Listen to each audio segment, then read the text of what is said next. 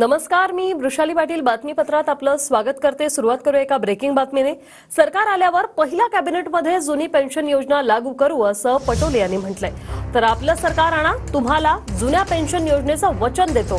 शिर्डी जुनी पेन्शन योजना संघटनेच्या अधिवेशनात ठाकरेंनी हे आश्वासन दिलंय। आमचं सरकार आल्यानंतर पहिल्याच कॅबिनेटमध्ये जुनी पेन्शन योजना आम्ही लागू करू।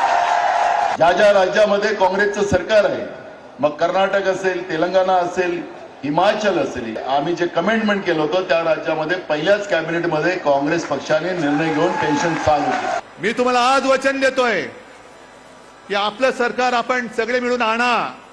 मी तुमची मागणी मान्य करतो। तुम्हाला हवी असलेली जुनी पेन्शन योजना